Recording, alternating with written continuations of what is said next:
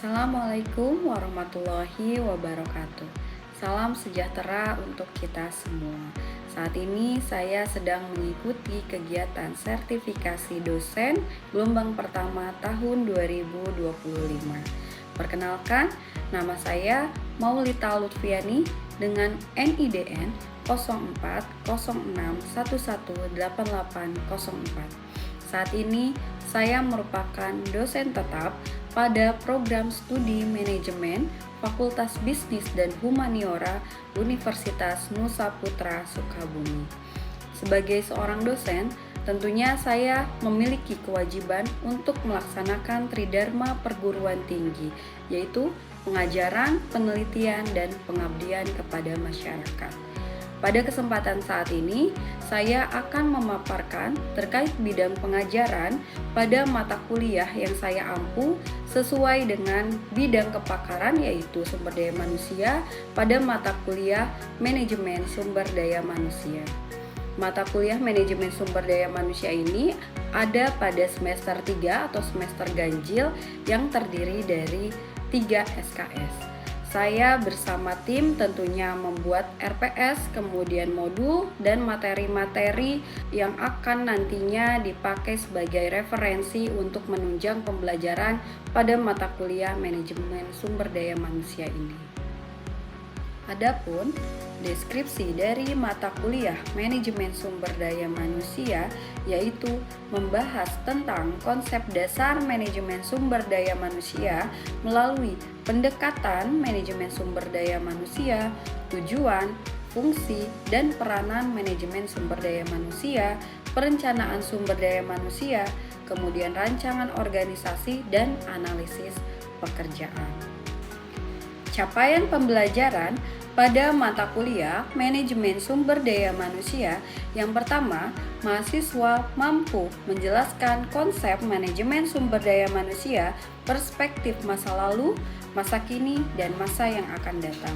Kemudian, capaian yang kedua, mahasiswa mampu menjelaskan sejarah lahirnya manajemen sumber daya manusia.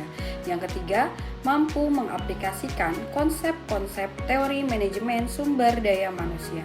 Dan yang keempat, menganalisis perencanaan sumber daya manusia. Adapun metode pembelajaran yang digunakan pada mata kuliah manajemen sumber daya manusia, yang pertama, pembelajaran berbasis kasus, kemudian pembelajaran berbasis masalah, kemudian yang ketiga, contextual instruction, di mana pendekatan pembelajaran ini berpusat pada mahasiswa dan fokus pada pengalaman nyata mereka, sehingga materi pembelajaran bisa terhubung dengan situasi kehidupan sehari-hari. Pada mata kuliah manajemen sumber daya manusia ini, deskripsi pengalaman belajar mandiri bisa digunakan melalui kuis. Di sini, mahasiswa menjawab soal-soal kuis pada setiap pertemuan, di mana soal ini disajikan dalam bentuk pilihan ganda yang diupload melalui LMS atau Edlink. Kemudian, soal diskusi, di mana mahasiswa di sini menjawab soal diskusi pada setiap sesi pertemuan, di mana soal dalam bentuk esai berupa pendalaman dan pemecahan masalah terhadap materi yang diberikan. Kemudian tugas proyek, mahasiswa membuat satu buah tugas berupa proyek dalam suatu semester terkait dengan pencapaian learning outcome pada mata kuliah yang dapat dikaitkan dengan bidang penelitian dan bidang pengabdian. Mata kuliah manajemen sumber daya manusia dibagi menjadi 16 pertemuan, di mana pertemuan pertama sampai pertemuan ke-7 merupakan materi pembelajaran, pertemuan ke-8 merupakan UTS, pertemuan ke-9 sampai ke-15 merupakan materi pembelajaran, dan pertemuan ke-16 adalah UAS. Adapun pokok bahasan pada mata kuliah manajemen sumber daya manusia terdiri dari yang pertama, konsep dan tantangan manajemen sumber daya manusia, beberapa pendekatan dalam manajemen sumber daya manusia, tujuan, fungsi, dan peran MSDM. Kemudian yang kedua, kerangka kerja manajemen sumber daya manusia. Yang ketiga, kerangka kerja manajemen sumber daya manusia untuk lanjutan. Kemudian yang keempat, perencanaan sumber daya manusia. Yang kelima, lanjutan perencanaan sumber daya manusia. Yang keenam, pengembangan dan pemberdayaan sumber daya manusia. Yang ketujuh, pengembangan melalui pelatihan. Yang kedelapan, manajemen karir. Yang kesembilan, promosi dan pengembangan karir. Yang kesepuluh, penilaian prestasi kerja. Yang kesebelas, kompensasi dan kepuasan kerja. Yang kedua belas, hubungan serikat pekerja dengan perusahaan dan masalah. Ke-13, audit dan riset sumber daya manusia. Dan ke-14, motivasi. Bobot penilaian pada mata kuliah Manajemen Sumber Daya Manusia terdiri dari kehadiran 10%, kemudian tugas per sesi yang terdiri dari case base 20%, project base 25%, kuis 5%, UTS 20%, UAS 20%, sehingga total menjadi 100%.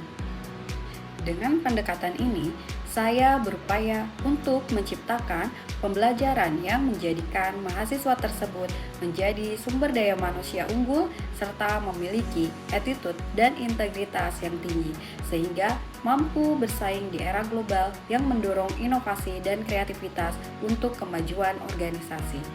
Selanjutnya, saya akan menampilkan video pembelajaran mata kuliah Manajemen Sumber Daya Manusia. Selamat menyaksikan.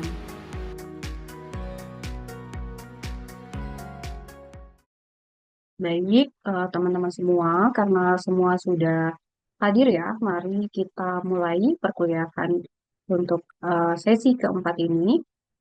Dan sesuai dengan komitmen kita untuk tepat waktu ya dalam perkuliahan, maka kita mulai saja untuk perkuliahan sesi ini. Assalamualaikum warahmatullahi wabarakatuh. Salam sejahtera untuk kita semua. Nah, sebelum kita mulai nih, saya mau tanya dulu pada teman-teman semua nih, gimana kabarnya? Sehat atau kurang baik? Gimana? Alhamdulillah ya. Mungkin teman-teman yang mungkin sedang kurang enak badan atau sedang kurang baik, mungkin segera disembuhkan dan bisa beraktivitas dengan lancar kembali.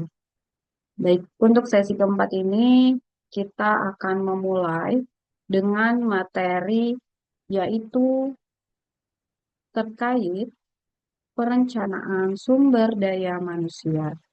Nah, sebelum masuk materi, saya mau merefresh ulang dulu nih. Minggu lalu, kira-kira kita membahas apa nih? Ada yang mau jawab? Silahkan raise hand mungkin. Ya, silakan. Ya, ada lagi yang mau menambahkan? Baik, terima kasih. Ada lagi?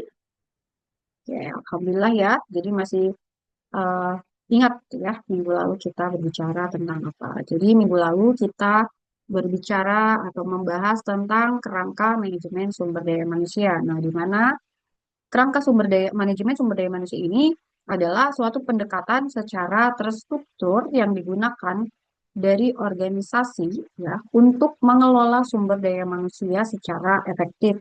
Perencanaan perekrutan, kemudian pengembangan, pengelolaan kinerja dan kompensasi. Nah, tujuannya untuk memastikan organisasi ini memiliki tenaga kerja yang tentunya bisa kompeten dan untuk mencapai tujuan dari perusahaan tersebut. Oke. Nah, dalam hal ini yaitu tentang perencanaan sumber daya manusia. Nah, di sini tujuan pembelajaran dari sesi 4 ini tentang perencanaan sumber daya manusia tentunya yang pertama mahasiswa memahami konsep dasar dari perencanaan SDM.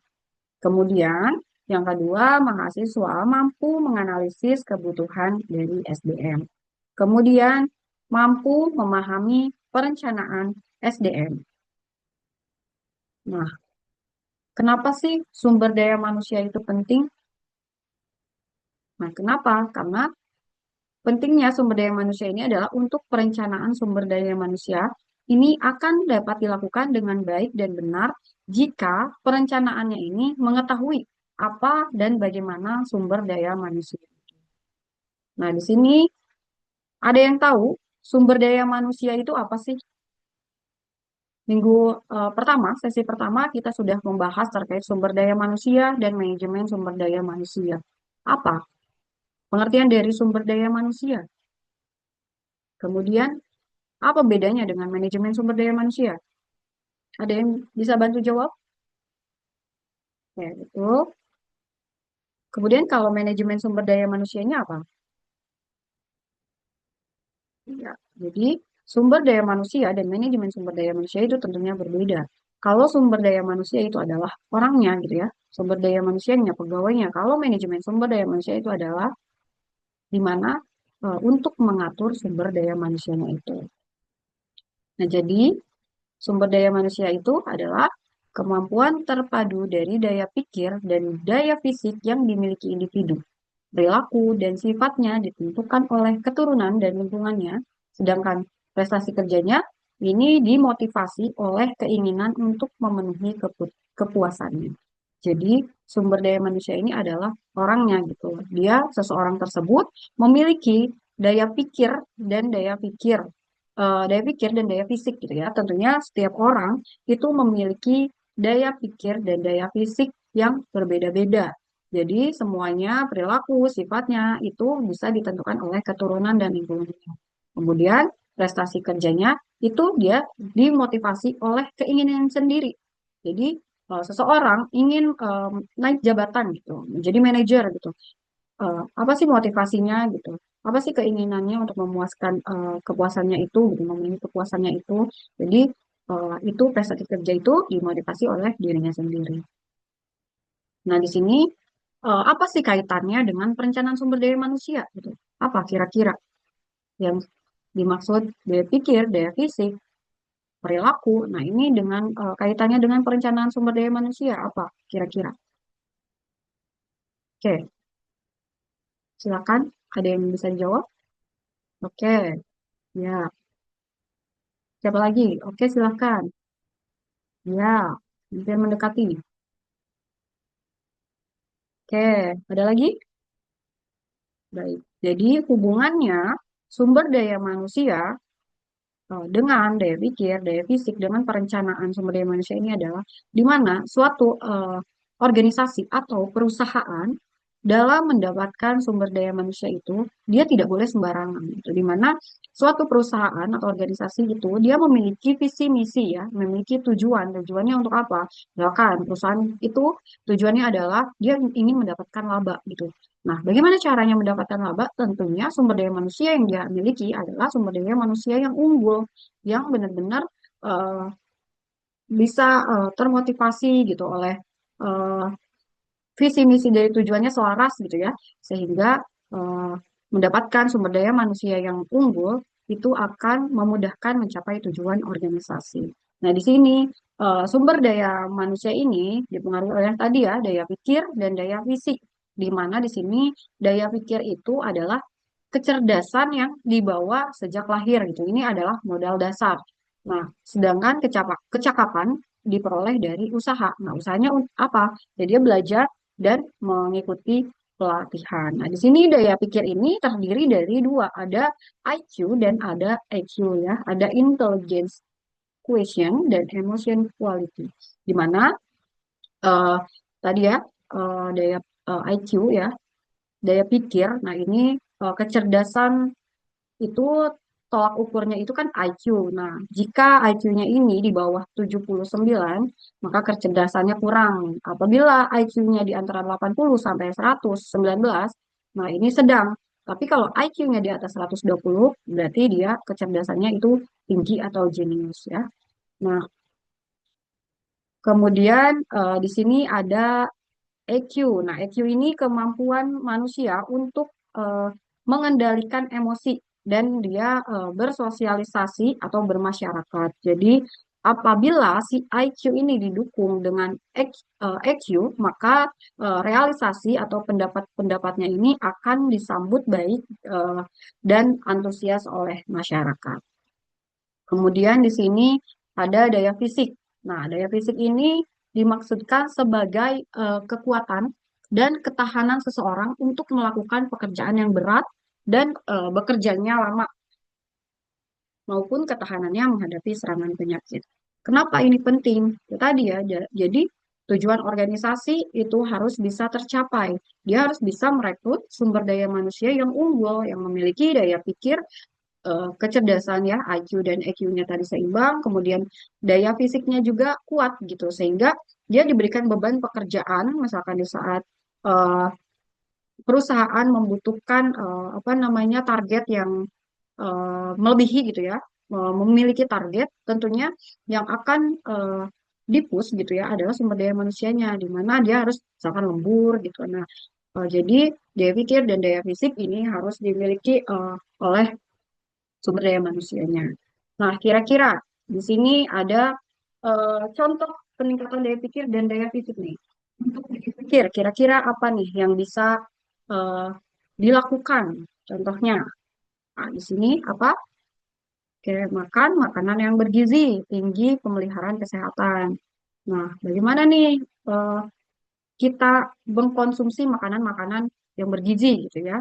Misalkan agar tidak cepat lupa gitu, kita mengkonsumsi apa? Kemudian eh, setelah itu pendidikan formal, kita bersekolah atau informal dengan mengikuti diskusi dan seminar-seminar dan sebagainya. Kemudian di sini daya fisik tadi ya sama dengan makan makanan yang bergizi tinggi, kemudian olahraga yang baik dan teratur atau untuk melatih daya fisik kita, kita ikut pertandingan-pertandingan olahraga mungkin gitu ya. Kemudian memelihara kesehatan yang baik. Terus apalagi kira-kira selain ini untuk melatih menjaga daya fisik kita? Oke. Apa? Tidur teratur ya. Kemudian apalagi?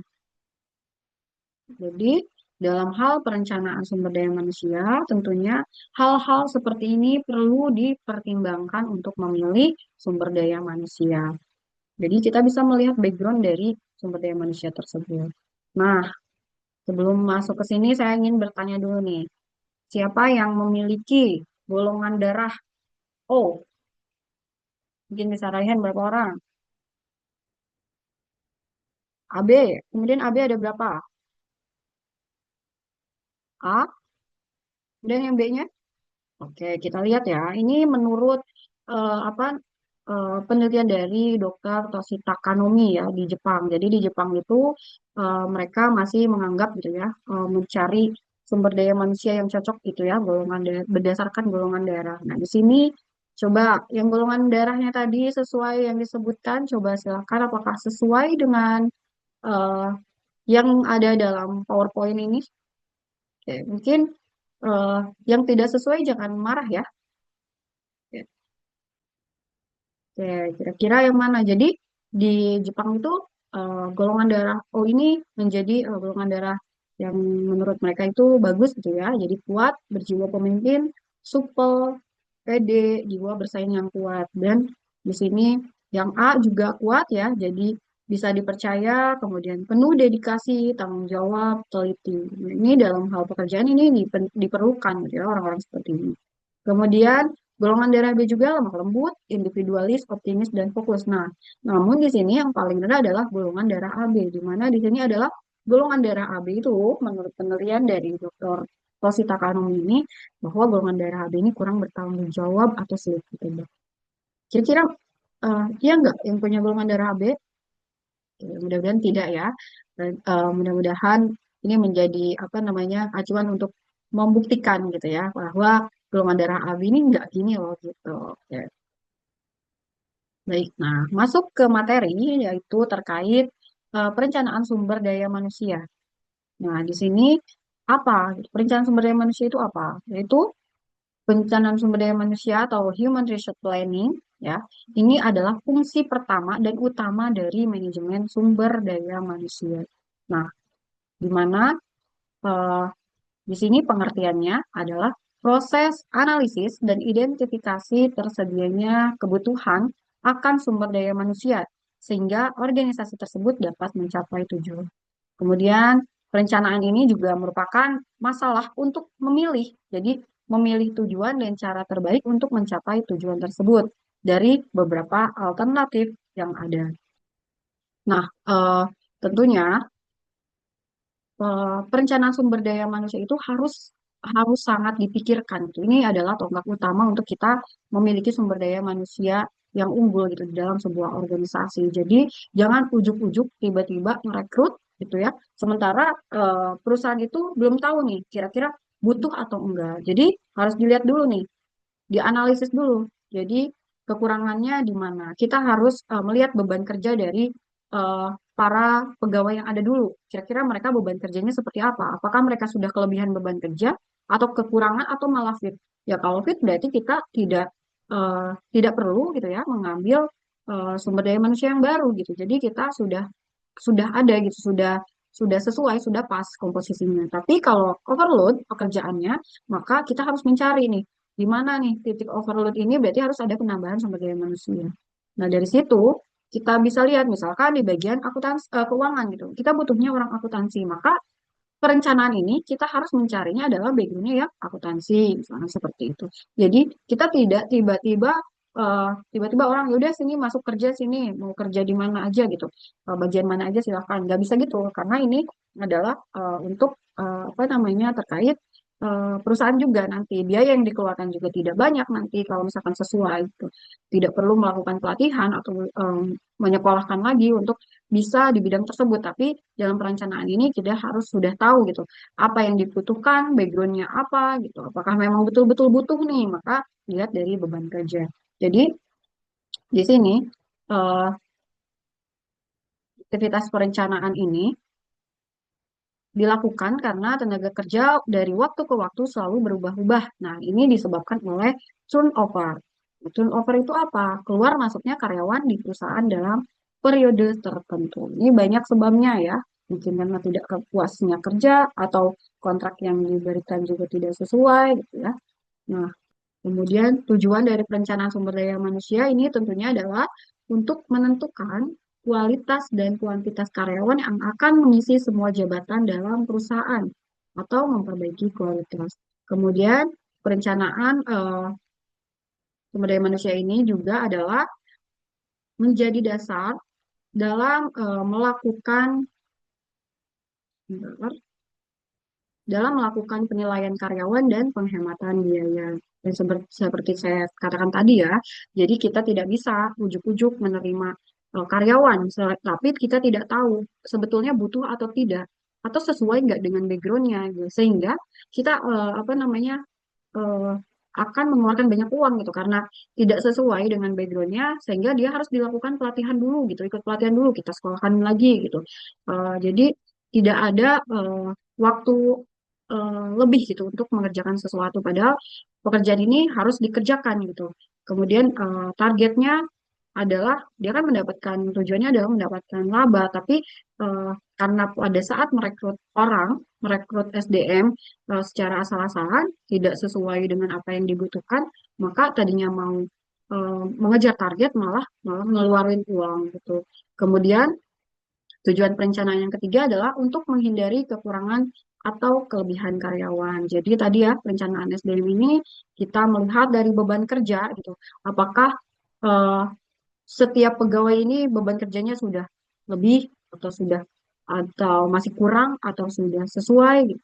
Ini bisa kita lihat baru kita memutuskan untuk melakukan perencanaan SDM.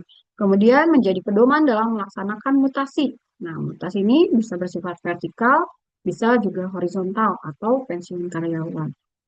Nah, ini penyediaan SDM ini yang pertama ini ada secara mendesak. Nah, kalau misalkan tiba-tiba ada yang eh, butuh gitu ya, butuh pegawai gitu secara mendesak, nah ini harus dilakukan. Kemudian ada segera, sifatnya kemudian biasa. Nah, di sini eh, hal-hal yang berpengaruh pada perencanaan SDM. Menurut John Ivanusevic, di mana di sini yang mempengaruhi adalah demografi. Demografi itu apa? Jadi ketersediaan jumlah penduduk di wilayah tersebut gitu. Jadi misalkan wilayah yang padat penduduknya gitu, sehingga kebutuhan tenaga kerjanya itu lebih mudah gitu diperoleh. Nah, kayak misalkan Pulau Jawa gitu ya. Nah, ada wilayah yang kurang gitu penduduknya. Sehingga kayak Kalimantan, Papua, nah sehingga tenaga kerja juga itu relatif lebih sedikit tuh. Jadi ini hal-hal yang berpengaruh pada perencanaan SDM. Kemudian usia, jadi dalam satu wilayah atau negara nih banyak penduduk gitu ya yang bermigrasi atau pindah ke wilayah lain gitu. Jadi akibatnya wilayah yang ditinggalkan itu hanya orang tua dan anak-anak gitu, sehingga usia-usia yang tidak produktif. Tapi usia-usia produktifnya mereka merantau ke eh, tadi ya apa namanya ke wilayah yang eh, kayak seperti Pulau Jawa gitu ya, banyak lapangan pekerjaan gitu. Jadi tidak heran gitu, ada wilayah yang kekurangan dan ada yang wilayahnya kelebihan tenaga kerja. Kemudian di sini yang ketiga yang berpengaruh adalah keputusan atau peraturan pemerintah. Jadi menetapkan misalkan tentang larangan mempekerjakan anak di bawah umur. Jadi kemudian juga adanya keharusan ya, misalkan secara tidak tertulis harus memperkerjakan tenaga lokal. Ini keputusan-keputusan pemerintah ini mempengaruhi perencanaan dari sumber daya manusia. Jadi ini sehingga nantinya tidak menimbulkan masalah di kemudian hari. Baik, sampai sini bagaimana penjelasan saya? Apakah ada yang ingin ditanyakan terkait perencanaan sumber daya manusia? Mungkin teman-teman semua di sini ada yang sudah bekerja, bisa kita berbagi ya, sharing bersama-sama. Baik, silakan. Ya, oke, baik, terima kasih. Ada lagi yang ingin ditanyakan? Bagaimana penjelasan saya? Apakah cukup jelas atau kecepatan nih? Gimana? Ya, sudah cukup ya. Baik.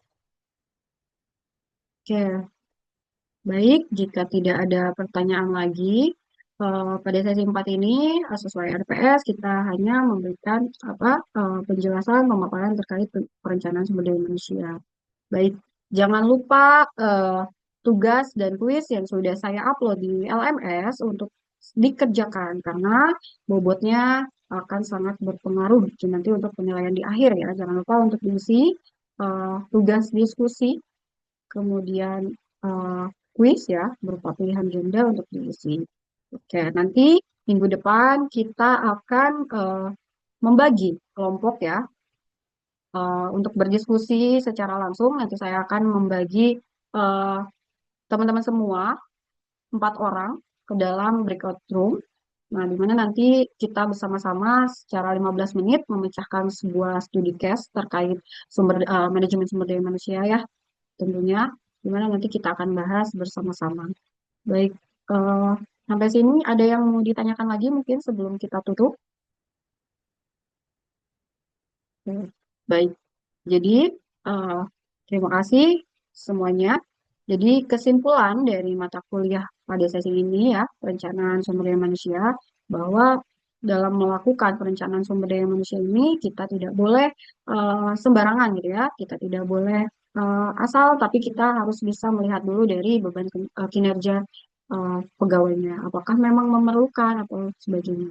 Kemudian kalaupun kita butuh, kita harus bisa mempertimbangkan terkait daya fisik, daya pikir dari sumber daya manusia tersebut. Jadi eh, semuanya harus karena ini paling krusial ya untuk perencanaan sumber daya manusia ini. Jadi baiknya pertimbangan-pertimbangan untuk merekrut dan sebagainya harus dipikirkan dengan matang terlebih dahulu, sehingga tujuan organisasi akan berjalan eh, sesuai dengan visi misinya ya untuk mencapai tujuan dari perusahaan tersebut. Baik, terima kasih eh, semuanya atas kehadirannya pada perkuliahan di sesi 4 ini. Jadi, saya ulangi, jangan lupa untuk mengerjakan tugas-tugas yang saya berikan di LMS ya. Terima kasih semuanya atas perhatiannya untuk perkuliahan sesi 4 ini. Semoga apa yang sudah saya sampaikan tadi bisa bermanfaat untuk teman-teman semua. Semoga semuanya sehat selalu ya. Sampai ketemu minggu depan. Saya Hairi. Assalamualaikum warahmatullahi wabarakatuh. Demikianlah video singkat terkait penjelasan RPS dan video pembelajaran mata kuliah sumber daya manusia sebagai syarat untuk mengikuti sertifikasi dosen 2025. Terima kasih. Assalamualaikum warahmatullahi wabarakatuh.